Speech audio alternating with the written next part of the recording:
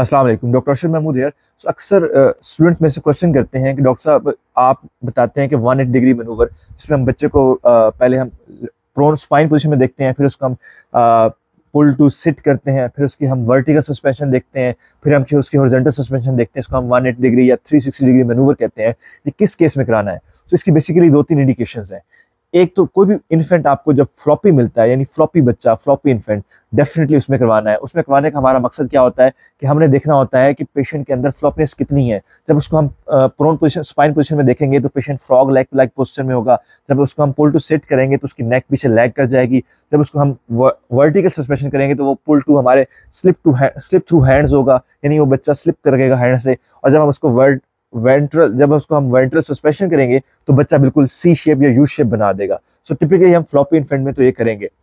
6 महीने से बच्चा जो हमें छोटा मिल रहा है, या जिस बच्चे की डेवलपमेंटल एज 6 महीने से कम लग रही है हमें, तो उसमें भी हम मैनूवर कराते हैं। तो उसमें करवाने का मकसद ये होता है कि हम उसके डेवलपमेंटल माइलस्टोन देखते हैं। सपोज कि बच्चों का जब मैं पुल टू सिट करता हूँ तो मैं उसकी नेक होल्डिंग वहाँ पे चेक कर लेता हूँ।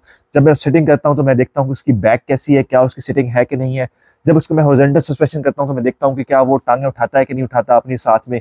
और वर्टिकल सस्पेंशन जब करता हूँ तो मैं देखता हूँ कि वो पेशेंट अपनी नेक एट द लेवल लेके आता है बॉडी के, या उससे ऊपर ले लेता है। सो 6 मंथ्स छोटे बच्चे के अंदर जब डेवलपमेंटल असेसमेंट करेंगे आप, तो भी इसको परफॉर्म करेंगे।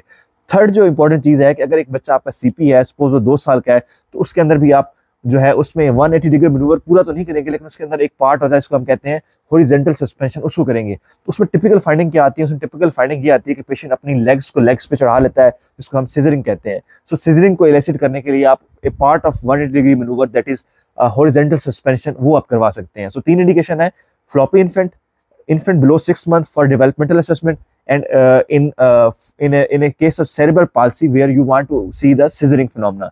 Thank you.